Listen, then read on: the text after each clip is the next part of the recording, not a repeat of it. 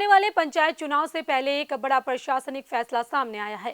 राज्य सरकार ने पंचायत चुनाव में ड्यूटी करने वाले अधिकारियों और कर्मचारियों के ट्रांसफर को लेकर नियमों में अहम बदलाव किए हैं। अब चुनावी कार्य में लगे कर्मचारियों का ट्रांसफर पहले की तरह सामान्य प्रक्रिया में नहीं होगा। इसके लिए राज्य निर्वाचन आयोग की सहमति जरूरी होगी। आखिर सरकार ने यह फैसला क्यों लिया, इसका असर किन अधिकारियों और कर्मचारियों पर पड़ेगा और पंचायत चुनाव की तैयारियों से इसका क्या संबंध है, आइए विस्तार से समझते हैं। आदाब, नमस्कार, आप देख रहे हैं मंथन टुडे। मैं हूं आपके साथ उस्मा। बिहार में इस बार होने वाले पंचायत चुनाव कई मायनों में बेहद खास माना जा रहा है। सरकार और राज्य निर्वाचन आयोग चुनाव को पूरी तरह से निष्पक्ष, पारदर्शी और शांतिपूर्ण तरीके से संपन्न कराने की तैयारी में जुटे हैं। प्रशासनिक स्तर पर लगातार बैठकें हो रही है, अधिकारियों को प्रशिक्षण दिया जा रहा है और चुनावी व्यवस्थाओं को अंतिम रूप दिया जा रहा है। इसी बीच ट्रांसफर नीति में किया गया यह बदलाव चर्चा का विषय बन गया है।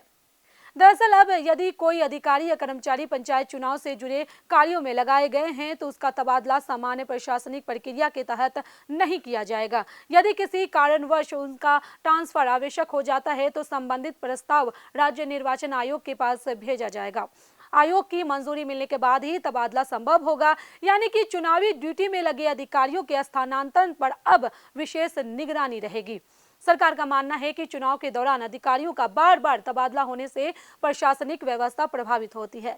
किसी जिले में यदि एक अधिकारी को चुनाव संबंधित महत्वपूर्ण जिम्मेदारी दी गई है और उसी दौरान उसका ट्रांसफर हो जाता है तो नए अधिकारी को पूरी व्यवस्था समझने में समय लगता है। इसका असर चुनाव की तैयारियों और संचालन पर पड़ सकता है। इसी कारण चुनावी प्रक्रिया के दौरान स्थिर प्रशासनिक व्यवस्था बनाए रखने पर जोर दिया जा रहा है। जानकारी के अनुसार यदि किसी अधिकारी के सामने कोई विशेष परिस्थिति हो जाए, जैसे परिवार में गंभीर बीमारी या कोई अन्य आपात स्थिति, तब भी उसका आवेदन सीधे सामान्य प्रक्रिया से स्वीकृत नहीं होगा। चुनावी कार्य में लगे अधिकारियों के मामले में अंतिम निर्णय राज्य निर्वाचन आयोग की सहमति के बाद ही लिया जाएगा। वहीं अन्य विभागों के सामान्य तबादला प्रस्ताव में निर्धारित प्रक्रिया के अनुसार आगे बढ़ाए जाएंगे। इस फैसले का उद्देश्य किसी कर्मचारी को असुविधा देना नहीं, बल्कि चुनावी व्यवस्था को मजबूत बनाए रखना बताया जा रहा है।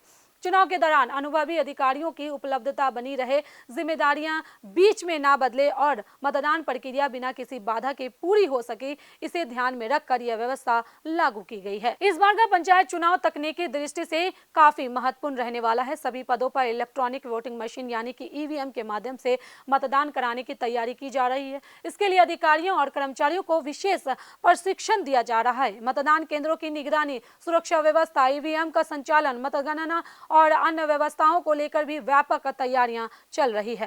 राज्य निर्वाचन आयोग भी चुनाव को लेकर लगातार दिशा निर्देश जारी कर रहा है। संवेदनशील क्षेत्रों पर विशेष नजर रखने, चुनावी प्रक्रिया को पारदर्शी बनाने और किसी भी तरह की गड़बड़ी रोकने के लिए प्रशासनिक मशीनरी को पूरी तरह से सक्रिय रखा जा रहा है।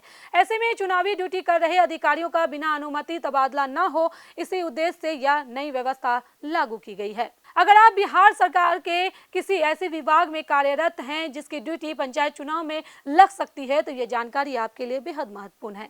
आने वाले महीनों में यदि आप तबादले के लिए आवेदन करने की सोच रहे हैं तो यह ध्यान में रखना होगा कि चुनावी कार्य में लगे होने की स्थिति में आपका आवेदन पहले राज्य निर्वाचन आयोग की स्वीकृति की प्रक्रिया से गुजरेगा। आयोग की अनुमति मिलने के बाद ही स्थानांतरण पर अंतिम निर्णय लिया जाएगा। कुल मिलाकर बिहार सरकार और राज्य निर्वाचन आयोग इस बार पंचायत चुनाव को पूरी तरह व्यवस्थित, निष्पक्ष और पारदर्शी बनाने के लिए हर स्तर पर तैयारियां कर रही है। ट्रांसफर नीति में किया गया यह बदलाव भी उसी दिशा में उठाया गया एक महत्वपूर्ण प्रशासनिक कदम माना जा रहा है। अब देखना होगा कि इस नई व्यवस्था का चुनावी प्रबंधन पर कितना सकारात्मक असर पड़ता है। फिलहाल इस खबर में इतना ही। अगर आपको यह जानकारी उपयोगी लगी हो तो वीडियो को लाइक करें, अपने दोस्तों के साथ शेयर करें और बिहार की हर बड़ी खबर सबसे पहले पाने के लिए मंथन टुडे को सब्सक्राइब करना ना भूले और निष्पक्ष पत्रकारिता देखना है तो देखते रहिए मंथन टुडे। बहुत बहुत शुक्रिया।